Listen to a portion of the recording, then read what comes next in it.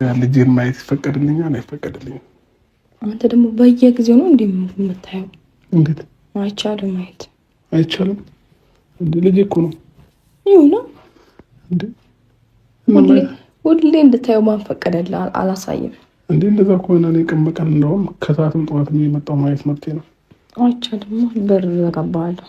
በጣም ነው ማውጣት አይቻልም። አበዛኸው። እሺ ካየሁት እኮ ሳምንት ሊሆን ነው። አልሆነህም። ሊሆን ነው 5 ቀን ሆኖኛል። አይደለም የምር ሆኖኛል 5 ቀን።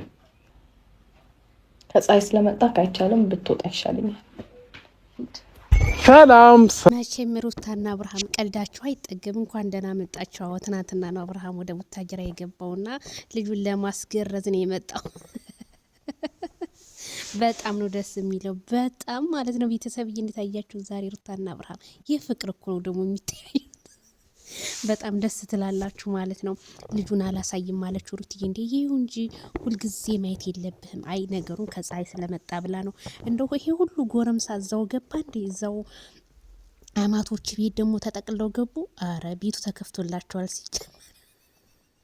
ይሄ ነው አማች ማለት አማቱ ቤት ጓደኞቹን ይዞ የሚሄድ ነው። ይሄ ነው አማች ማለት። አረረራ እንደው አብርሃም እንደው እውነት ይሄ ጀግንነት ግን እንደው መቼም አይጥልም። ጀግና ነው ወላሂ።